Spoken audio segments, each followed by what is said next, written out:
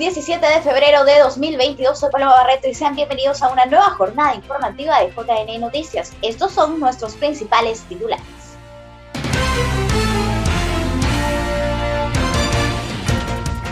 JNE capacitará a ciudadanos y organizaciones políticas en uso de herramientas digitales en el marco de las elecciones. JNE aclara que solo permite postulación de candidaturas aptas por ley.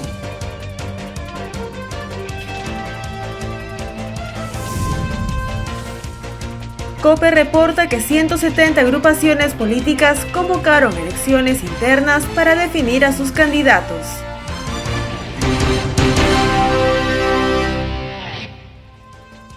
Vamos rápidamente con el desarrollo de nuestra información. El Jurado Nacional de Elecciones capacitará a ciudadanos y organizaciones políticas para el uso de las herramientas digitales que se implementarán en el contexto de las elecciones regionales y municipales 2022. Para las elecciones regionales y municipales 2022, el JNE implementará una serie de herramientas digitales como el sistema Declara Internas, Declara, Plataforma Electoral y SIGE. En ese sentido, el máximo ente electoral brindará capacitaciones de uso a los interesados. Nosotros vamos a realizar absolutamente todos los días, desde el 3 de marzo hasta me parece que es el 27 de marzo, todos los días a partir de las 5 de la tarde va a haber un personal orientando a las organizaciones políticas o a los interesados cómo es el uso de esta herramienta. También, en paralelo, sabemos lo agreste que es nuestro vasto territorio, se han programado capacitaciones presenciales, guardando absolutamente el distanciamiento social, las medidas de bioseguridad para evitar los contagios de COVID-19. Se van a realizar capacitaciones en Cusco, Arequipa, Junín, Huánuco, Loreto, Trujillo y Ancash. Las fechas están por definirse, estamos en ese proceso. Barreto recordó que la plataforma Declara ya fue utilizada en comicios previos. Sin embargo, para estas elecciones sufrirá algunas modificaciones. Por tal razón, las capacitaciones se darán de acuerdo a cada etapa del proceso electoral.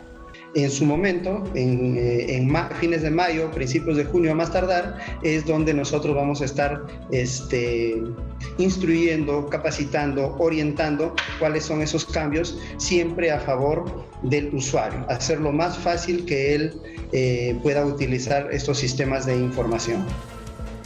El Jurado Nacional de Elecciones aclaró que solo permite la postulación de candidaturas aptas por ley, quienes luego de efectuados los comicios se convierten en autoridades por decisión mayoritaria del voto popular.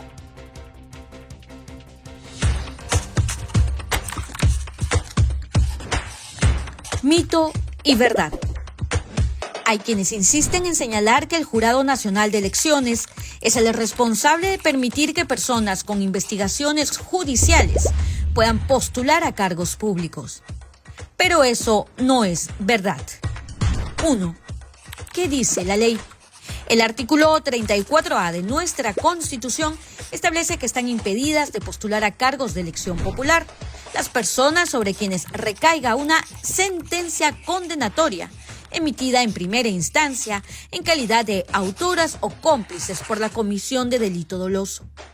Las leyes peruanas hablan de sentenciados, pero no prohíben ni restringen postular a aquellos ciudadanos o ciudadanas que se encuentren en calidad de investigados. A través de su campaña Mito y Verdad, el JNE aclara que solo permite la postulación de candidaturas aptas por ley. Además, aclara que es falso que este organismo tenga la potestad de reconteo de votos, tal como lo señalaron algunos actores políticos. Al respecto, indicó que de acuerdo al artículo 34A de la Constitución se encuentran impedidos de postular a cargos de elección popular quienes tienen una sentencia condenatoria emitida en primera instancia en calidad de autores o cómplices por la comisión de delito doloso. De este modo, no existe ley que prohíba postular a ciudadanos que se encuentren en calidad de investigados. La entidad recordó que es el Congreso de la República quien aprueba las normas que son de estricto cumplimiento en el país. y que el máximo organismo electoral tiene el rol de hacer cumplir las leyes que son materia de su competencia, pues no hacerlo sería violentar el orden legal. El JNE, en consecuencia, permite la postulación de candidatos que cumplen los requisitos señalados por la ley, quienes, luego de efectuados los comicios, se convierten en autoridades por decisión mayoritaria del voto popular. En el marco de las elecciones regionales y municipales, los ciudadanos podrán solicitar justificación o dispensa a través del sistema de dispensa virtual implementado por el máximo ente electoral. Los ciudadanos podrán presentar su solicitud de justificación o dispensa a partir del día siguiente de la fecha de la elección ante el JNE a través del sistema de dispensa virtual. Así lo precisó Luis Grillo, jefe de servicios al ciudadano del JNE. Este trámite se hace de manera virtual. Existe un módulo que está alojado en nuestra plataforma, en nuestra página web www.jne.gov.pe. Los ciudadanos pueden ingresar a nuestro módulo, tienen que registrarse previamente y una vez que están dentro, van a poder seleccionar la o las multas que desean ellos dispensar, ¿correcto? Una vez que seleccionen, el mismo sistema se va a encargar de solicitarle todos los datos que están consignados en su documento nacional de identidad.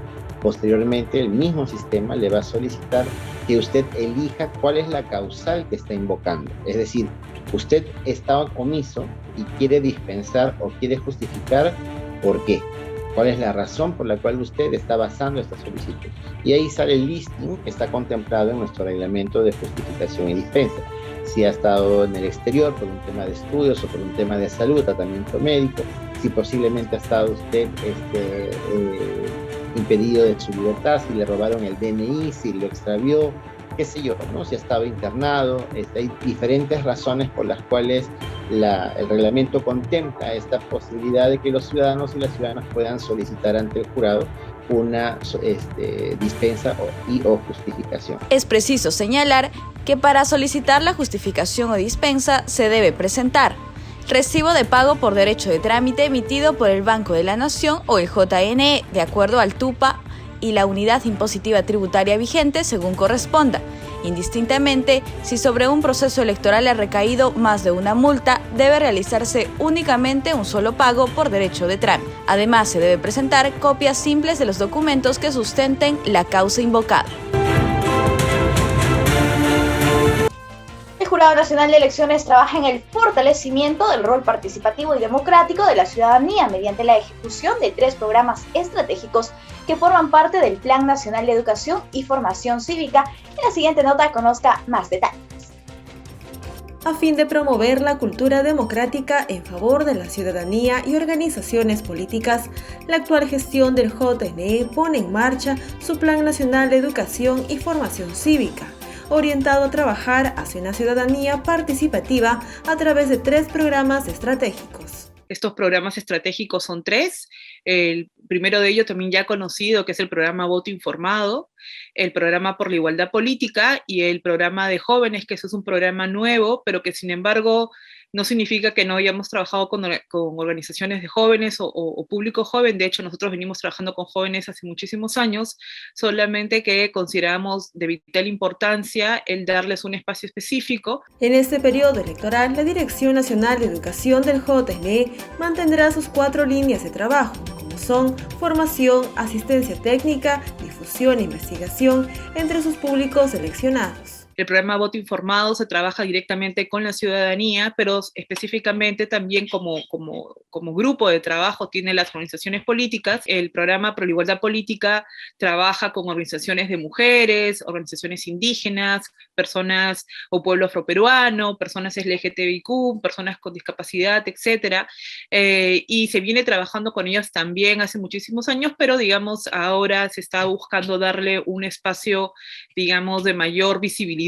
Es importante mencionar que el Plan Nacional de Educación del JNE se encuentra alineado con políticas nacionales, según precisó la especialista del JNE, Mónica Mauricio. Tiene una línea que conecta, digamos, con las políticas nacionales, porque no estamos alejados, por supuesto, a estos documentos de gestión, y nosotros a partir de ello buscamos complementariedad, ¿no? Complementamos las actividades en función de, por supuesto, nuestras propias competencias, y de esa manera trabajamos de manera activa con el ciudadano de a pie en los procesos electorales, a través, nuevamente, del programa Voto Informado, y también, o en general, de los 3 programas. La Dirección Nacional de Educación es la encargada de implementar el plan y de focalizar la función educativa según demandas y públicos que requieran atención, realizando una revisión rigurosa sobre las zonas de intervención, población objetiva y las temáticas para el periodo 2021-2024. Y de las 228 organizaciones políticas que se encuentran inscritas o en vías de inscripción en todo el país, 170 convocaron a elecciones internas a fin de definir a sus candidatos y candidatas para las elecciones regionales y municipales. A fin de elegir a candidatos para elecciones regionales y municipales 2022, el JNE precisa que 170 organizaciones políticas convocaron a elecciones internas. Asimismo, 185 agrupaciones se encuentran inscritas y 43 en proceso de inscripción, según un reporte de la Central de Operaciones del Proceso Electoral. En ese sentido, el 15 de mayo próximo, los afiliados elegirán a sus postulantes mediante el voto universal, libre, voluntario, igual, directo y secreto. Otras 100, en tanto, lo harán por modalidad indirecta, es decir, en esa misma fecha los afiliados elegirán a sus delegados con voto universal y una semana después los delegados elegirán a los candidatos y candidatas. Tales organizaciones políticas convocaron a elecciones internas dentro del periodo comprendido entre el 15 y el 22 de enero de este año, tal como está establecido en el cronograma electoral para estos comicios internos aprobados por el JNE. Cabe precisar que la mayoría convocatoria fue hecha por la mayoría de organizaciones políticas, lo que podría denotar que este proceso de democracia interna se encuentra desarrollándose sin ninguna dificultad. En la siguiente nota conozca los formatos que aprobó la Oficina Nacional de Procesos Electorales para la correcta entrega de información financiera por parte de las organizaciones políticas. La Oficina Nacional de Procesos Electorales aprobó los formatos para la entrega de la información financiera por parte de las organizaciones políticas y los candidatos a cargos de elección popular. En la publicación indican que los formatos a presentar son el formato 2 sobre el estado de situación financiera, formato 3 el estado de resultados y el formato 4 que es la cédula central de la información complementaria a los estados financieros, que incluye 5 formatos anexos, los mismos que deben tener en cuenta las organizaciones políticas. Ellos son el anexo 4A, que es el movimiento de fondos del financiamiento público directo; 4B, las aportaciones individuales en efectivo y en especie; 4C, otros ingresos de financiamiento privado; 4D, gastos con fondos del financiamiento privado; y 4E, balance de comprobación. Asimismo, la OMPE publicó también una resolución referida a procesos administrativos sancionadores contra excandidatos y excandidatas que no presentaron la información financiera de campaña durante las elecciones regionales y municipales 2018. Y en la misma figuran en un cuadro los nombres de los candidatos, número de resolución jefatural y fecha de emisión de la resolución. Cabe destacar que las resoluciones contra los excandidatos y otras informaciones se encuentran disponibles en el portal institucional www.ompe.gov.pe.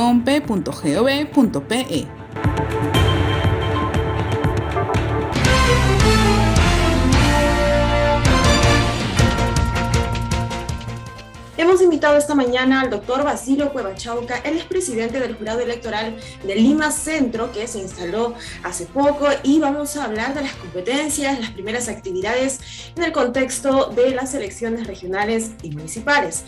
Doctor Cueva, bienvenido. Muchas gracias, y por intermedio suyo un saludo a toda la ciudadanía en general.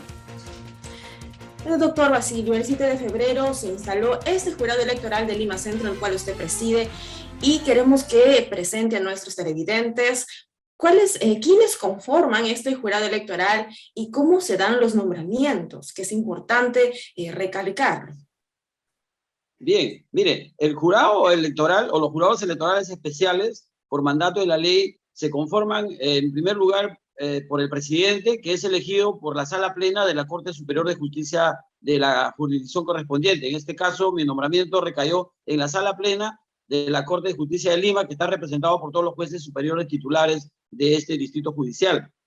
El segundo miembro es elegido también de la misma manera, pero por los integrantes del Ministerio Público, de la Fiscalía de la Nación. ¿Okay? La única diferencia es de que en el caso de la Fiscalía puede ser designado un juez titular, un fiscal titular o un fiscal cesante, que ya no está en actividad. En este caso ha recaído la asignación en el ex fiscal superior Luis Antonio Landa Burgos, que representa al Ministerio Público. El tercer miembro ya es una designación prácticamente de participación ciudadana, en donde se acredita lo más visiblemente el tema de la democracia en estas elecciones, que es una integrante de la sociedad civil. Se hace un sorteo, sale elegida una persona que va a integrar el jurado. En este caso le correspondió a la ciudadana Liz Díaz Rengifo, Liz Magali Díaz Rengifo. Ella es la que está, y los tres conformamos el jurado y somos los que vamos a resolver jurisdiccionalmente todas las incidencias que se presenten en este proceso electoral. Ahora, el propio Jurado Nacional de Elecciones informó que para este proceso de elecciones subnacionales se instalan un total de 92 jurados electorales especiales. Ustedes son el primer jurado que se instala y preguntamos entonces por qué se instalan 3 meses antes que los demás, que les faltarían instalarse 92, ¿no? Estaría restando. Y se instalan 8 meses antes de las elecciones. ¿Por qué se da este proceso previo? Exactamente, quería explicar eso. El Decreto Supremo 001, emitido por el Ejecutivo, convoca las elecciones. Las leyes que rigen los procesos electorales indican de que tiene que hacerse con una antelación no menor a 270 días a la fecha de la elección. ¿Sí? Entonces, para los efectos de la instalación de los otros jurados electorales especiales, se ha previsto que todavía se instalen el 15 de mayo. Pero desde enero 7, que nosotros nos hemos instalado, hasta esa fecha, tiene que haber un organismo en primera instancia que verifique las cuestiones relativas, por ejemplo, a publicidad estatal, a lo que es neutralidad de los funcionarios públicos, a propaganda electoral.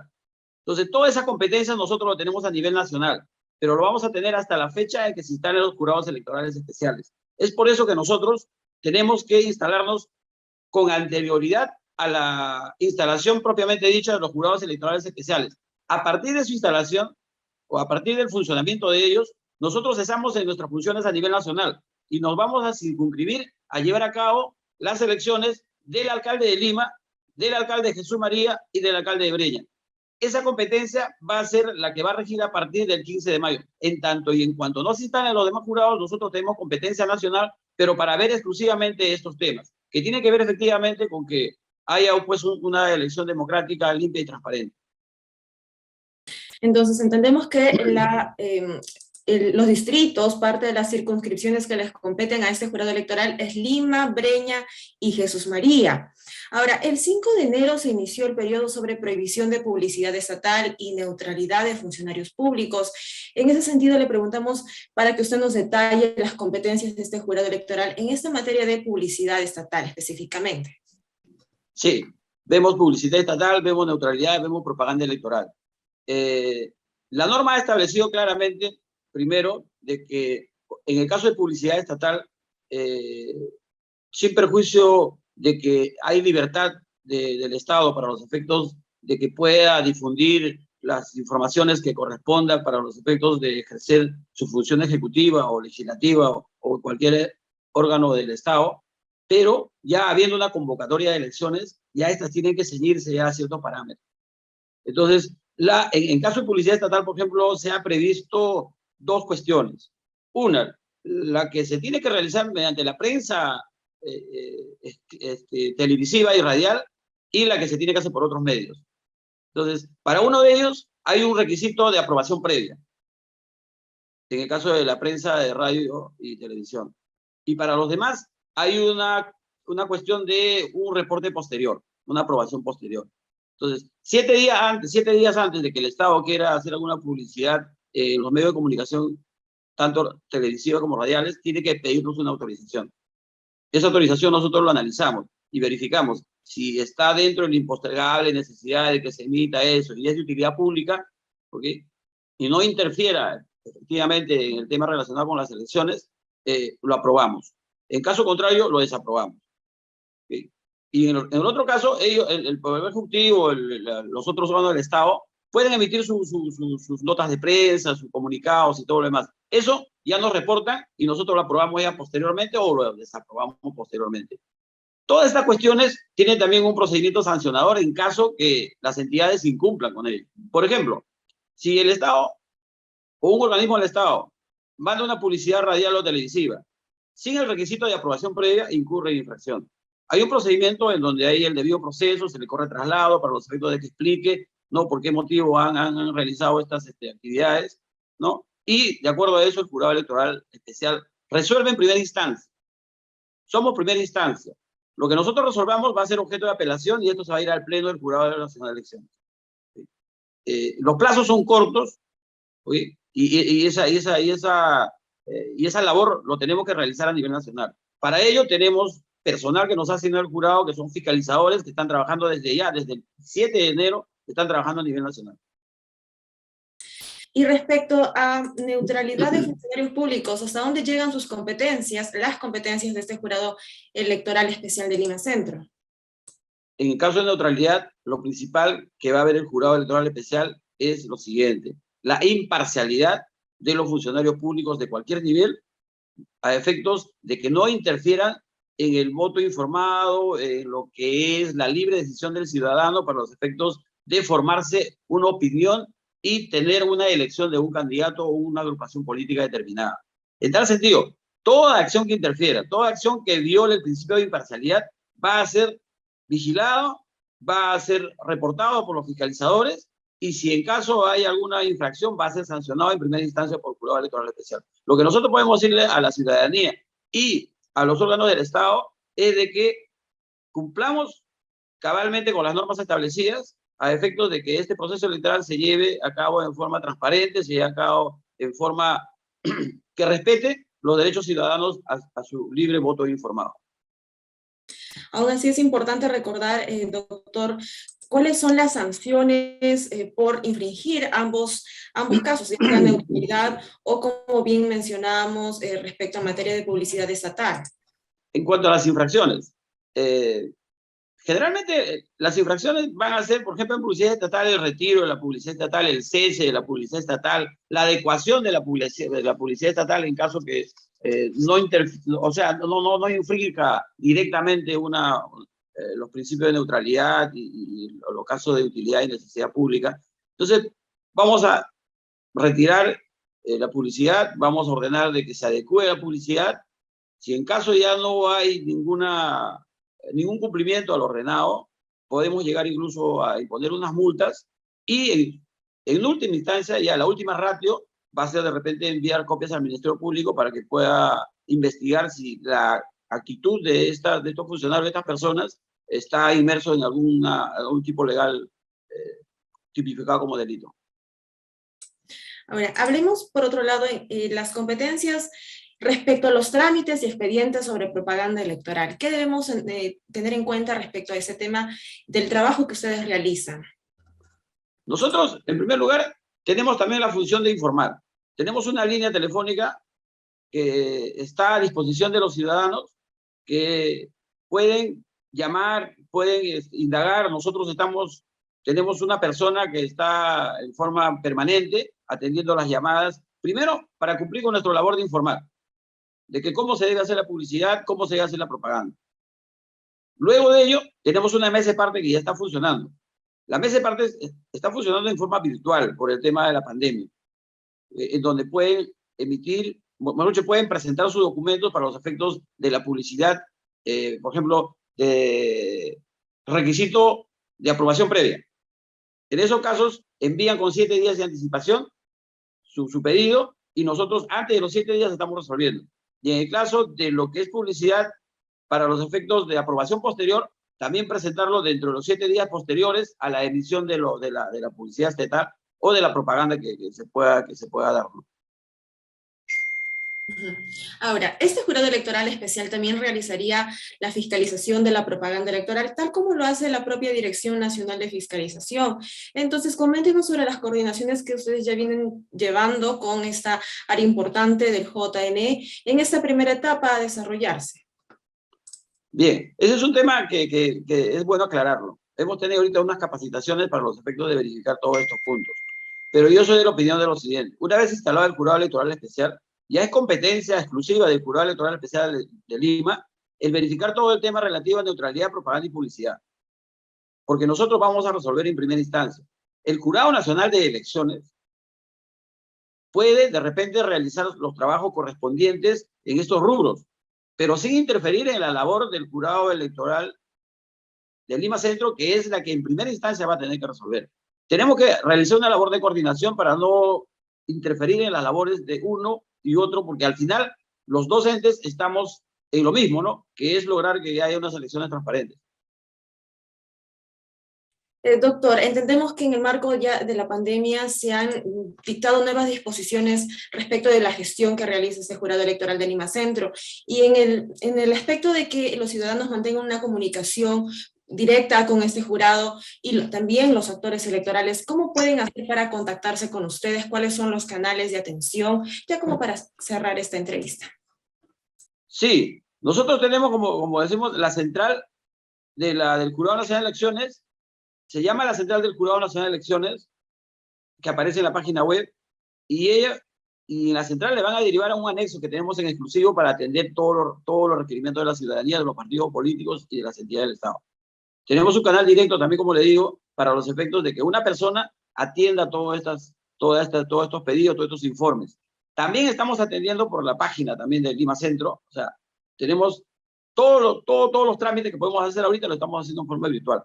Mesa de Parte se está trabajando en realidad en forma virtual. Los fiscalizadores están trabajando en forma virtual, pero también hay un trabajo mixto, porque es necesario que vengan a la sede central para los efectos de presentar sus reportes y presentar todo el trabajo de campo que están realizando. Ellos van a tener que salir y verificar, van a estar ahí con las redes sociales, van a estar con la televisión, con la prensa escrita, radial, pero es un trabajo arduo, porque es a nivel nacional. Entonces, en forma permanente nosotros tenemos contacto con los fiscalizadores y, por ejemplo, diario nosotros a la fecha tenemos ingresos más o menos como de 80, 90 expedientes de diverso tipo. Y ahora ya tenemos más de 200, 300 expedientes en trámite que tenemos que dar cuenta. Y estamos proyectándonos que para el 15 de mayo, que van a entrar en funcionamiento los demás jurados electorales especiales, vamos a tener más o menos como 10.000 expedientes que resolver de distinto tipo. O sea, nuestra labor va a ser ardua y por eso también nosotros invocamos a las autoridades del Jurado Nacional de Elecciones para que nos brinden todas las facilidades y las garantías del caso para que este proceso se desarrolle pues, en forma eficiente.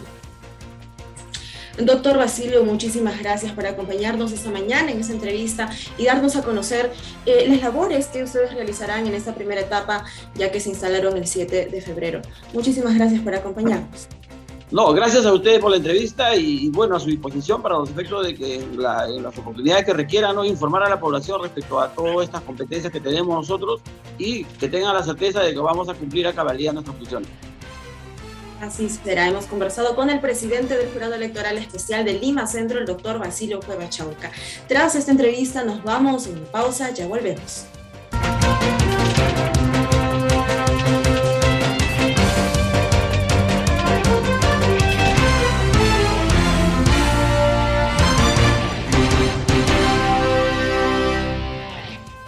Con el fin de brindar más canales de comunicación con la ciudadanía, la Oficina Nacional de Procesos Electorales comparte su podcast para las elecciones internas. Más detalles en la siguiente nota.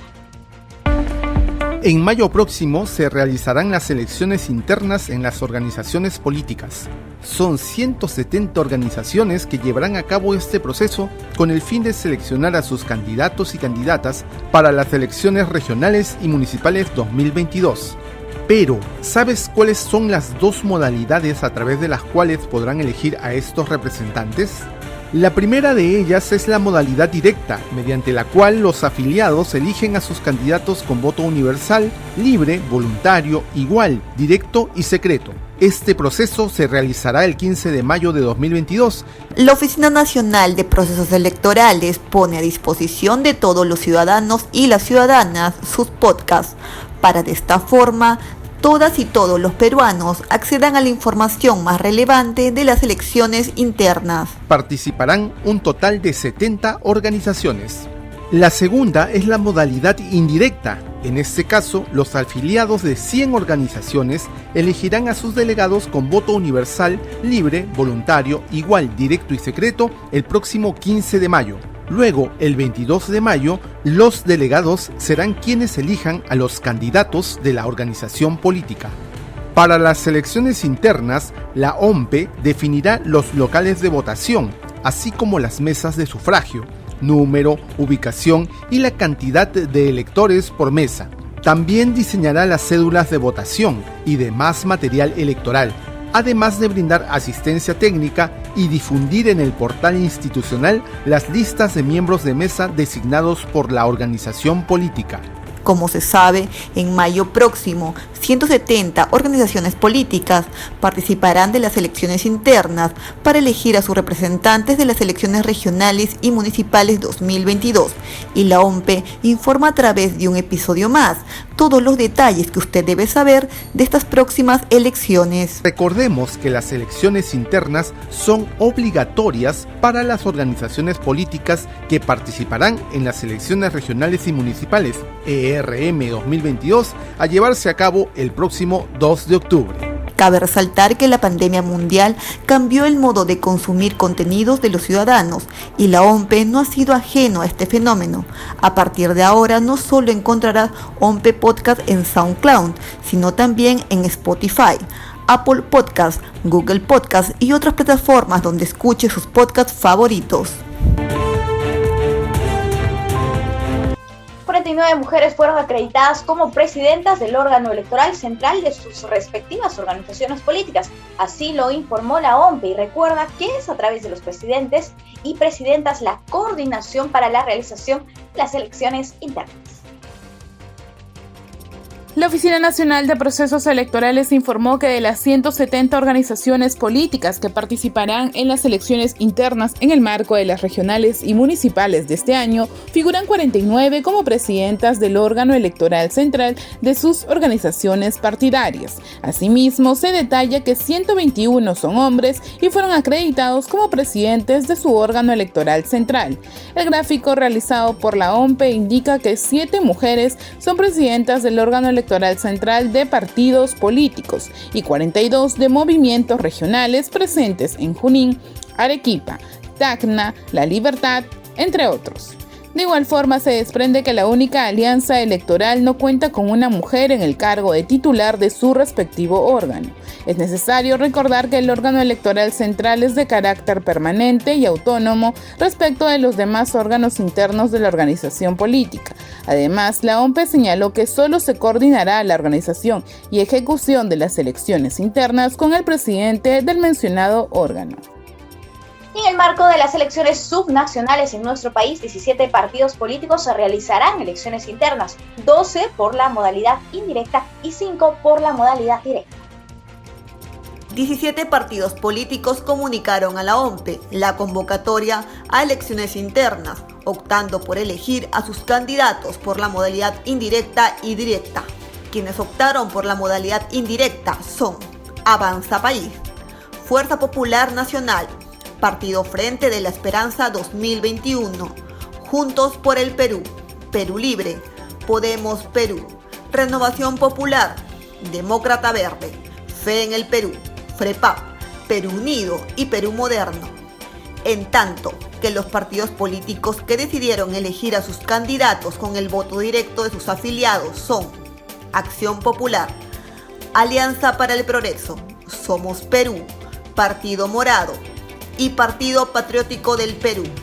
De acuerdo al cronograma electoral, el 15 de mayo del presente año, los afiliados de las organizaciones políticas, mediante voto universal, libre, voluntario, igual, directo y secreto, elegirán a sus candidatos para los comicios de octubre.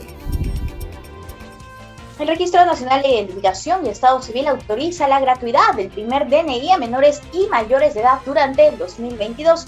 Medida alcanza también a madres adolescentes que se encuentren en el padrón del programa Juntos.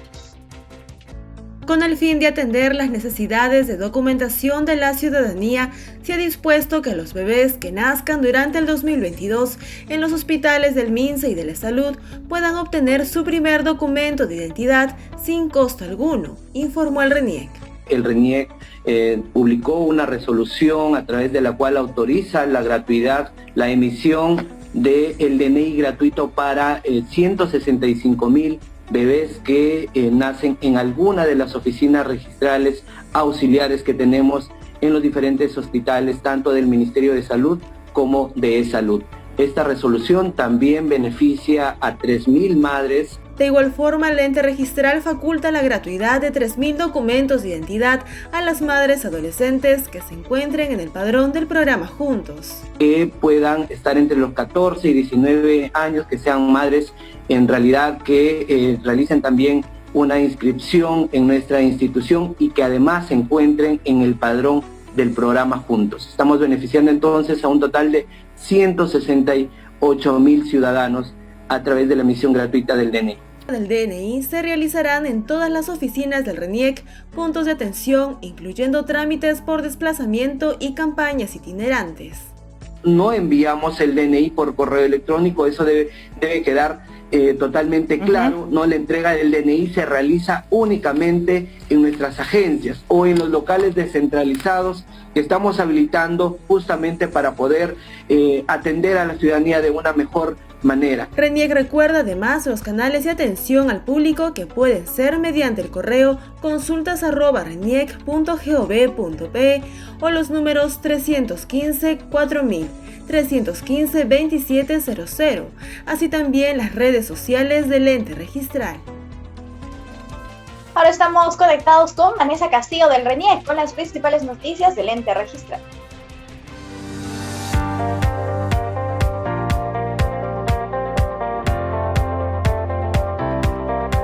Hola amigos, bienvenidos a la central informativa del RENIEC. Estos son nuestros titulares. RENIEC confirma más de 67,000 inscripciones de matrimonios durante el 2021. RENIEC realiza jornada de entrega de DNI en 3 puntos descentralizados en Lima. RENIEC en busca de los indocumentados.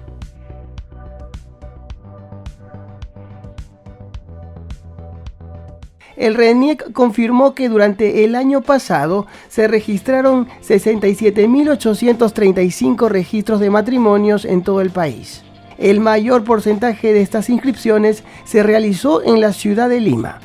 Además de Lima, los departamentos del Perú que registraron un alto número de casamientos fueron Piura, La Libertad, Arequipa y Lambayeque. Asimismo, el número de matrimonios inscritos menor es en los departamentos de Madre de Dios, Moquegua, Huancavelica, Tumbes y Pasco. Como era de esperarse, febrero, siendo declarado el mes del amor y la amistad, es también el mes en el que se realizan más uniones conyugales. Según información manejada por la Dirección de Registros Civiles del RENIEC, en el 2021, febrero contó con más de 8,000 inscripciones en línea. De acuerdo a las estadísticas, más mujeres solteras contraen matrimonio, 95%, que hombres solteros, 92%. Con el propósito de agilizar la documentación en la ciudadanía y de descongestionar las agencias de lunes a viernes, el RENIEC realizó una jornada de entrega de DNI en 3 puntos descentralizados en Lima el sábado pasado. Los puntos de atención descentralizada estuvieron en los distritos de San Juan de Miraflores, Independencia y San Borja. La atención se realizó en el horario de corrido de 8:45 de la mañana a 4:45 de la tarde. Todos los ciudadanos que tramitaron sus documentos de identidad en las oficinas registrales de esos 3 distritos pudieron recoger sus DNI con total normalidad. El señor Telmo Sánchez es un adulto mayor que fue atendido en casa por el RENIEC para renovar su documento de identidad. El ciudadano de 89 años con discapacidad física pudo tramitar satisfactoriamente la renovación de su DNI con cambio domiciliario. Personal del RENIEC le tomó las huellas dactilares, le realizó la foto respectiva y brindó la orientación correspondiente a sus familiares. El señor Telmo Sánchez se encuentra en cama por una herida en la frente, producto de un accidente casero por su avanzada edad. Sin embargo, sus familiares se encuentran agradecidos por el trámite de su DNI, que lo ayudará a tener una atención médica oportuna en el futuro.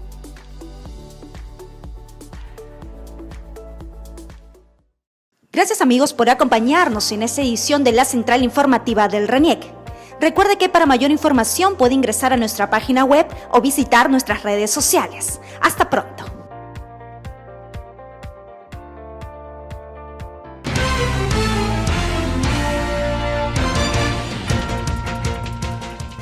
Bien, y ahora en la entrevista vamos a conversar sobre el pronunciamiento y recomendaciones de UNICEF y el Banco Mundial sobre el retorno a clases presenciales en el Perú. Y por eso nos acompaña el señor Daniel Contreras. ¿Qué tal? Muy buen día. Hola, muy buenos días. ¿Qué tal? Por favor, coméntenos sobre estas condiciones que deberían cumplir algunos colegios con respecto a su infraestructura, al retorno de los escolares en marzo próximo. Bueno, como tú has traído relación, Carolina, UNICEF, el Banco Mundial, la UNESCO, hemos hecho este comunicado conjunto, también están en la misma perspectiva, el Banco Interamericano de Desarrollo, en el que estamos llamando la atención sobre el desafío inminente del retorno a las clases, que como ha señalado el gobierno, en las palabras del presidente y el ministro de Educación, para el final del mes de marzo, al 28 de marzo, ya debieran estar el 100% de las instituciones educativas con clases presenciales, reabriendo las escuelas a la participación de niños, niñas y adolescentes. Antes de entrar en el detalle de la condición y lo que nos preocupa, solo reforzar dos mensajes que son muy importantes. Si bien hemos tenido durante estos 2 años, una solución de emergencia que ha sido la educación a distancia, esta muestra un conjunto importante de desafíos y limitaciones que hacen irreemplazable la educación presencial, y por eso es tan importante reabrir escuelas. Si uno mira el escenario en la región de América Latina, prácticamente como país somos de los que más tiempo han tenido sus escuelas masivamente cerradas. Si bien ya al final del año pasado un grupo en torno al 20%, pero que representaban menos del 10% de los estudiantes de las escuelas habían abierto, porque eran básicamente pequeñas escuelas rurales, en lo general vamos a completar más de 700 días desde que se decretara el cierre a comienzos de marzo del 2020. Y volver a clases es clave porque es clave en términos del bienestar y la salud socioemocional o la salud mental de todos los niños y adolescentes. Es clave en términos de recuperar aprendizajes. Estos 2 años implican pensar el tiempo que viene como un tiempo centrado en recuperar aprendizajes. Y tercero, es muy importante porque es probable que cuando tengamos las cifras definitivas de niños, niñas y adolescentes que han visto interrumpidas sus trayectorias escolares, encontremos con cifras que van a tener 6, o actualmente 7 dígitos, cifras muy grandes. Probablemente al menos estarán en orden 750 mil niñas y adolescentes que han abandonado, que han visto interrumpidos sus estudios, de casi 8.3 millones de estudiantes que tienen. Pero por eso es tan importante, es insustituible volver a clase. Ahora, entiendo tu pregunta, y el carácter del comunicado precisamente tiene que ver con que es ahora, quizá incluso estamos un poco tarde, pero es ahora que hay que asegurarse que las condiciones de preparación estén desarrollándose en todas las instituciones educativas del país, de manera que podamos efectivamente arrancar a comienzos de marzo, y que hacia el 28 de marzo el 100% de las escuelas del país estén efectivamente iniciando sus clases de manera presencial. Los docentes comienzan a volver a las escuelas los primeros días de marzo, los directivos ya están de vuelta en las escuelas, y es ahora que hay que poner atención a todas estas condiciones de preparación. ¿Cuáles son las que nos preocupan? Aquí hay 3 tipos de tareas de preparación que hay que atender. La primera es las tareas de preparación relacionadas con las condiciones. Tú decías, están los temas de la infraestructura. Ahí yo diría que hay que hacer una distinción muy importante. Como país enfrentamos un déficit de infraestructura educativa que es muy anterior a la pandemia. Y esto es importante tenerlo en cuenta. Déficit de infraestructura educativa, las preocupaciones en torno a infraestructura educativa vienen de antes, probablemente debieran constituirse en una prioridad nacional o reforzar el carácter de una prioridad nacional. Esto es un lastre que hay que superar. Ahora, si esperamos resolver todos los problemas de infraestructura para reabrir la escuela, no vamos a abrir las escuelas. Y por eso digo que esta primera condición se refiere a cómo se verifican las condiciones básicas en términos de mantenimiento, limpieza, soluciones de los temas de agua potable, allí donde no hayan pensar en soluciones de emergencia y donde ya estén avanzando soluciones más definitivas, más social infraestructura, por supuesto que se aceleren y que se amplíen para tener todas esas condiciones básicas en términos de espacio, ventilación, limpieza, y condiciones en términos de puntos de lavado de manos. Justo a ello, señor Daniel Contreras, con respecto a estos espacios, al distanciamiento de los alumnos, también una sugerencia es contar con los aforos más reducidos con respecto a este contexto, ¿no? Difícil de ser por la infraestructura escolar, porque muchos de ellos son precarios. Al usted decir que no se van a cumplir todas estas observaciones, quizás, ¿cuáles serían las más importantes claves para que los alumnos puedan volver seguros a sus escuelas? Eso tiene que ver con la segunda condición, o el segundo gran grupo de condiciones de preparación, que es verificar cómo se van a cumplir todos los protocolos en cada escuela. Y el primero es el que tiene que ver con el aforo. Y aquí no hay un sí o un no, sino un cómo. No es que aquí no se puede y aquí sí se puede. No, la pregunta es, con esta normativa de distanciamiento, 1.5 o 1 metro de distancia entre cada puesto de los estudiantes, entre cada carpeta, lo que en cada escuela hay que hacer es, en este salón, con este aforo, entran 17 estudiantes.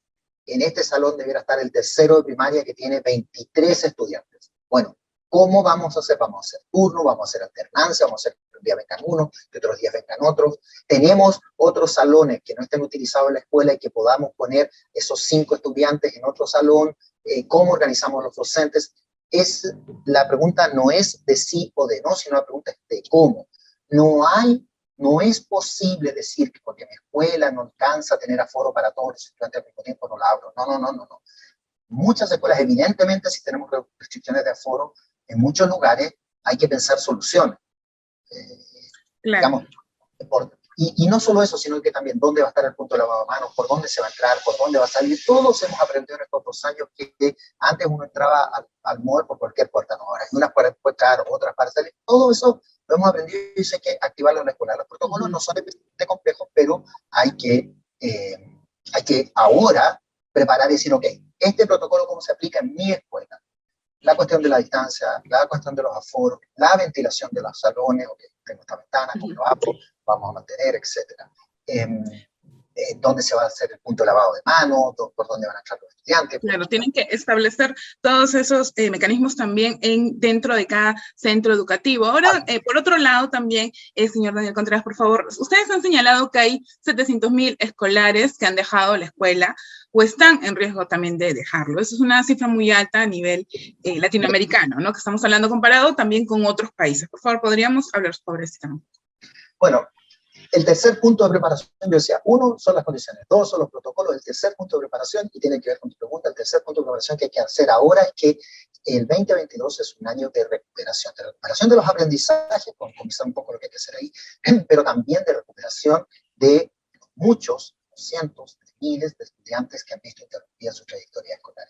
En efecto, si uno mira los datos del Perú previo a la pandemia, hasta 2019, nos encontramos con que el índice de deserción, que es la forma en que internacionalmente se mide esto, era relativamente bajo y comparable, cercano a los países del Cono Sur, por sobre el promedio de América Latina. El Perú exhibía buenas cifras en términos de la capacidad de la escuela peruana para mantener, para retener a las y los estudiantes.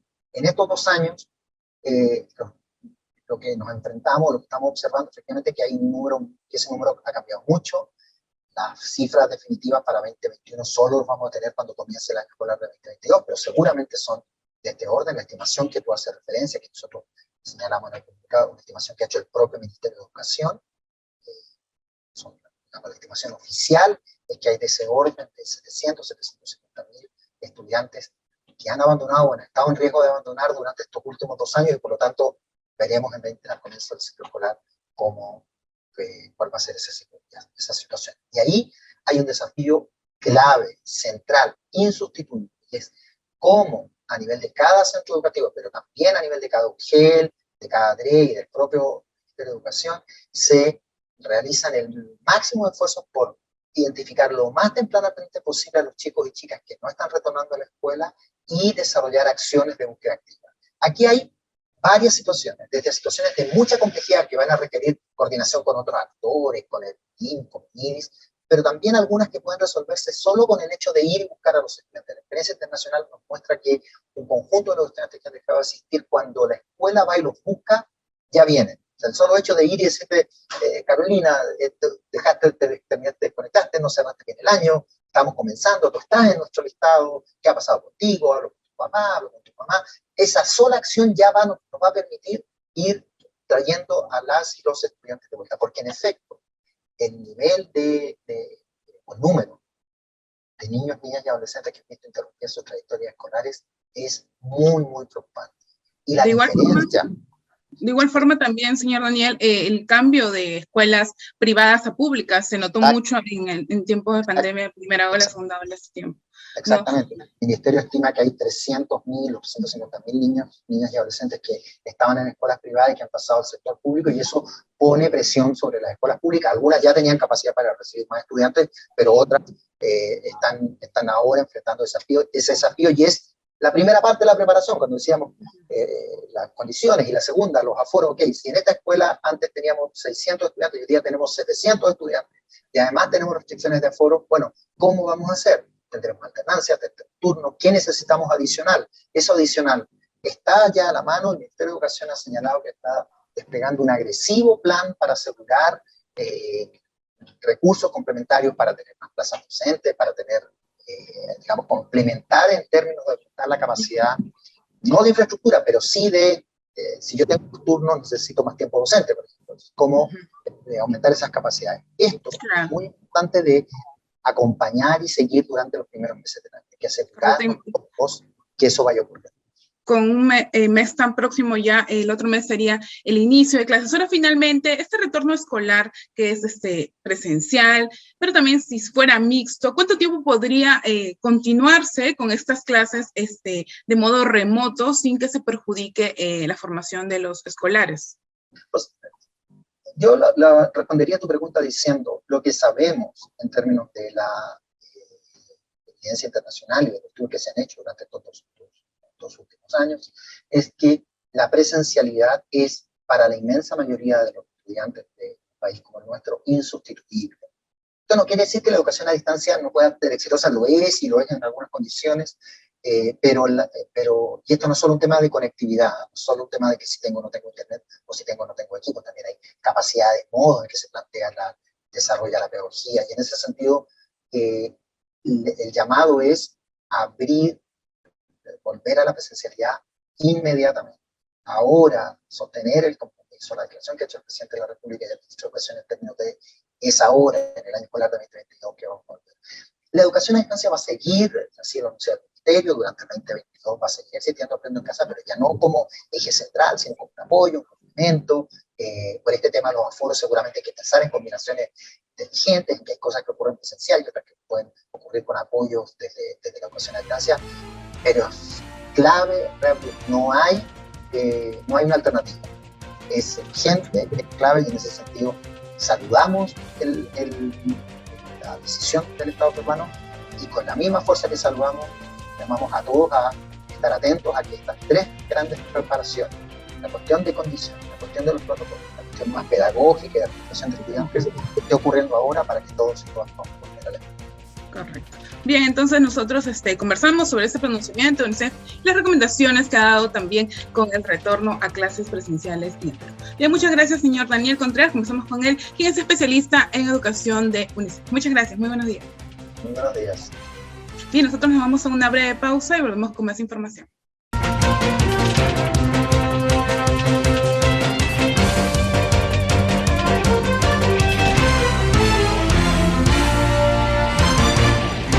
Y con la finalidad de evitar daños al medio ambiente, investigadores peruanos desarrollan un sistema para detectar tempranamente derrames de petróleo en oleoductos. Investigadores peruanos desarrollan un sistema de detección temprana de derrames, los mismos que podrían ocurrir en oleoductos que transportan petróleo para su procesamiento y exportación. La importancia de esta detección a tiempo se debe a que un ocasional derrame podría provocar serios daños al medio ambiente. Por ello, se busca garantizar que este tipo de derrames se detecten en un tiempo rápido y con una ubicación exacta. Tener diagnosticadores locales, ¿no?, a lo largo del oleoducto. Es una nueva técnica en la cual no se requiere que la información vaya a una central, ¿no?, y la central tome la decisión, sino el aviso de derrame se hace localmente a través de esta arquitectura que hemos propuesto. Existen planes de contingencia que garantizan la seguridad en los procesos. Se cuenta con más de un sistema de diagnóstico de detección de fallas para así resolverlas a tiempo. Cabe destacar que esta iniciativa, ganadora de la convocatoria de investigación aplicada, recibió financiamiento del CONCITEC a través de su unidad ejecutora Prociencia con apoyo del Banco Mundial. Y la siguiente nota contiene información preocupante. En La Libertad, el 80% de personas que murieron por COVID-19 no estaban vacunadas. El informe es de nuestro canal aliado TV Cosmos. El gobernador regional de La Libertad, Manuel Ayempén, señaló que a la fecha se han registrado 130 fallecidos por la COVID-19 en la región. El día de ayer hemos tenido 6 fallecidos, está disminuyendo, hasta el momento ya van 130 fallecidos. Indicó que se vienen realizando campañas de visitas domiciliarias y lamentó que el 80% de fallecidos sean no vacunados. Nosotros estamos conociendo que de todos los fallecidos acá en la región de La Libertad, el 80% no está vacunado. Los que están hospitalizados en el Belén, por ejemplo, no tienen vacuna y esto es lo preocupante. Reiteró la invitación a los padres de familia a llevar a sus menores a los centros de vacunación para ser inoculados contra la COVID-19 y que este miércoles 16 de febrero se estaría aplicando la segunda dosis a los menores de 5 a 11 años.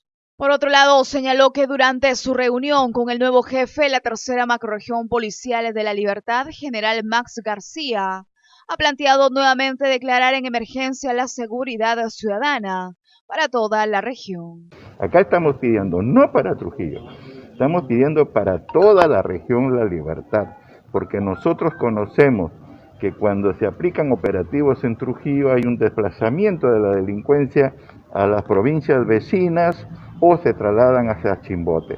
Indicó que viajará a la ciudad de Lima para reunirse con el nuevo gabinete ministerial y replantear el tema de estrategias para la lucha frontal contra la inseguridad ciudadana y el reinicio de labores en la presa Palo Redondo del proyecto especial Chavimochi. Amigos, llegamos al final del programa. Muchísimas gracias por acompañarnos en la jornada informativa de hoy. Nos reencontramos mañana, viernes, aquí en el canal 516 de Movistar TV, las redes sociales del máximo ente electoral y, por supuesto, las plataformas de nuestros canales aliados. Los dejamos con bellas imágenes de Chan Chan. Feliz.